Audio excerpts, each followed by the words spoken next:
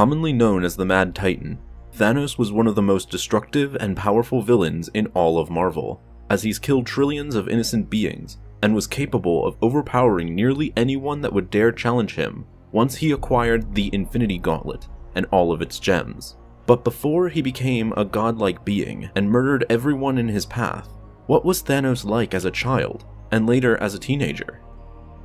Thanos was born on the Saturn moon Titan as a part of a group known as Titanians, who were eternal beings ruled by the exiled Eternals A'ars and Sui-San.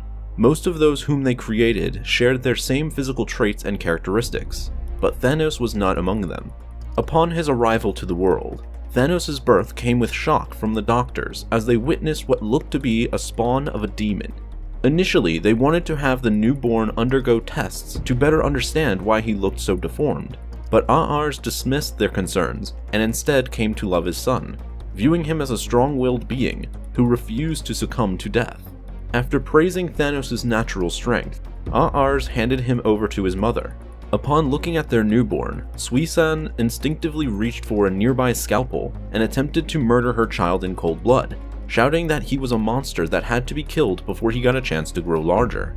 Surprised at her reaction, A'ars had the frantic woman sedated before he took Thanos away to safety. She later was sent to a mental hospital and restrained, as she remained insane ever since. Years later, and a 12-year-old Thanos stood out among all his peers due to his physical appearance, something he was reminded of every day. In his early childhood, Thanos spent much of his time reading and learning about the world around him, quickly becoming known as the smartest kid at school. He spent much of his time alone, drawing images of nature and its creatures in his notebook. One day, however, a group of school kids approached Thanos and asked if he wanted to play with them. Surprised at finally being asked to be among them for the first time, Thanos excitedly accepted their offer and went off to play ball with them. While at home, Thanos frequently attempted to figure out the cause for his unique genetic makeup, so that he could better explain it to his fellow classmates back at school. He would ask his father if he knew anything that could answer his questions, but he would always either get straight up ignored or reminded that he was overly busy with his work and that he didn't have time for him or his questions. Thanos' relationship with his mother was no better, as at this point she was still confined to the mental institution and seemed to refuse to speak. Thanos visited her on a regular basis, telling her all about his day at school and the odd dreams he'd experience every now and then. One dream in particular he would bring up was about him being a newborn baby and that someone was trying to stab him with a knife, and that in other times he would see himself as a grown-up and taking that same knife and stabbing his attacker in return. He had these same dreams nearly every night for the past 4 years, and it got so bad for him that he refused to sleep in order to not experience them anymore. As Thanos became more popular at school, he gained a keen interest from a mysterious girl who became fascinated with him over time. Later, during a school lab that required the dissection of a creature, Thanos ended up storming out of the classroom once he saw the creature's insides, vomiting outside as a result. While outside cleaning up his mess, he was approached by this mysterious girl who attempted to comfort him, explaining that dissecting dead creatures will get easier as he continues to do it more often. Thanos didn't like what he heard, claiming he never wanted to dissect another living being ever again, even if it meant giving up on his dream of becoming a great scientist one day like his father. She told him that he just needed time to clear his head and to think about what he had just experienced, and that a great way to do that would be to explore a forbidden cave she herself frequently visited. Thanos did just that, taking a few of his friends with him.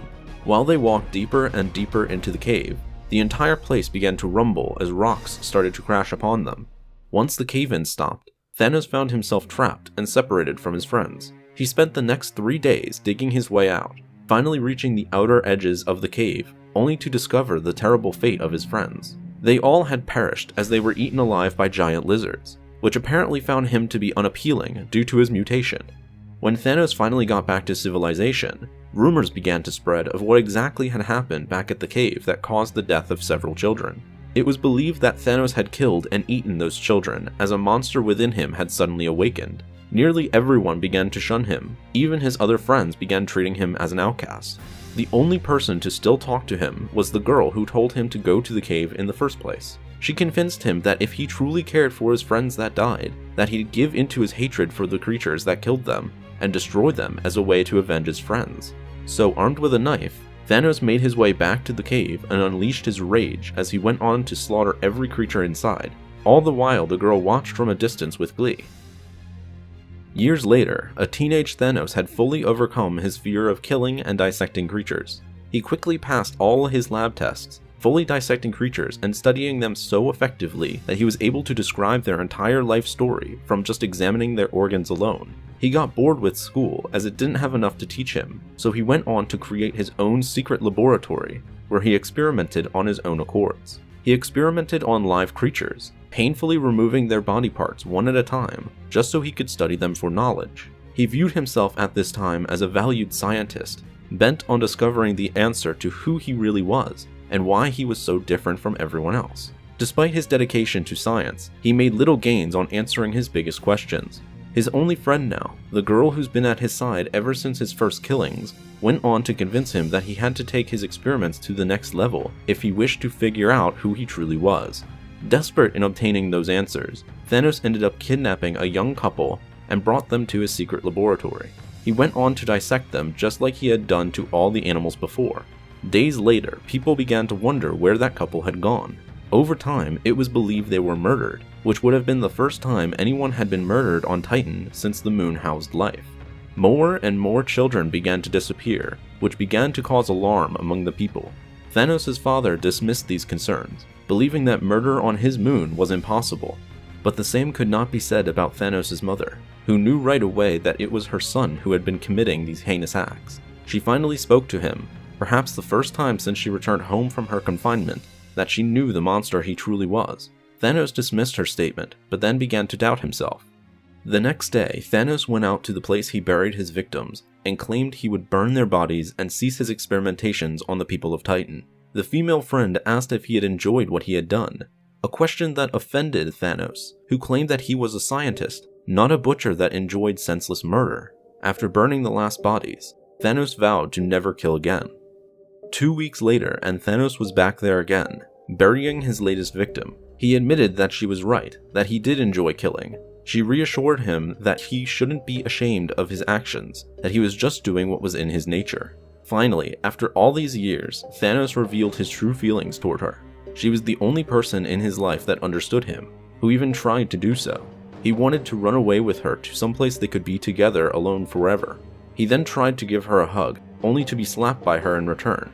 She now knew she had full control over him as he admitted his love toward her. She then called him out for being weak and a coward, and for taking so long to finally accept who he was.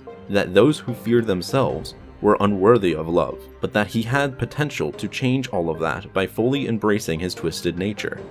And so Thanos did. He fully embraced the evil within him. He then did the unthinkable. He kidnapped his own mother and brought her to his laboratory. When she awoke, he gloated to her of all the ill doings he'd done over the years, all the instruments of torture he created, and all the murders he committed.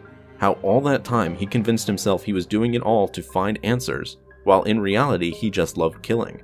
It was that simple, and she was right about him from the very beginning. He then grabbed a knife and murdered her, cutting her up like all his previous victims. Once she was dead, Thanos recalled the day he was born and how she tried to kill him. He apologized to her, not for the murder, but that she failed to kill him when she had the chance. And after that, Thanos began to walk his conflicted path to attaining ultimate power, just so he could win the love of the girl who's always been at his side.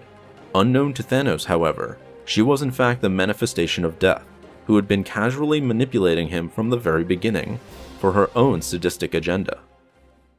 Thanks for watching this episode of Hero History. Be sure to like and subscribe for more videos like this one. And as always, have a marvelous day.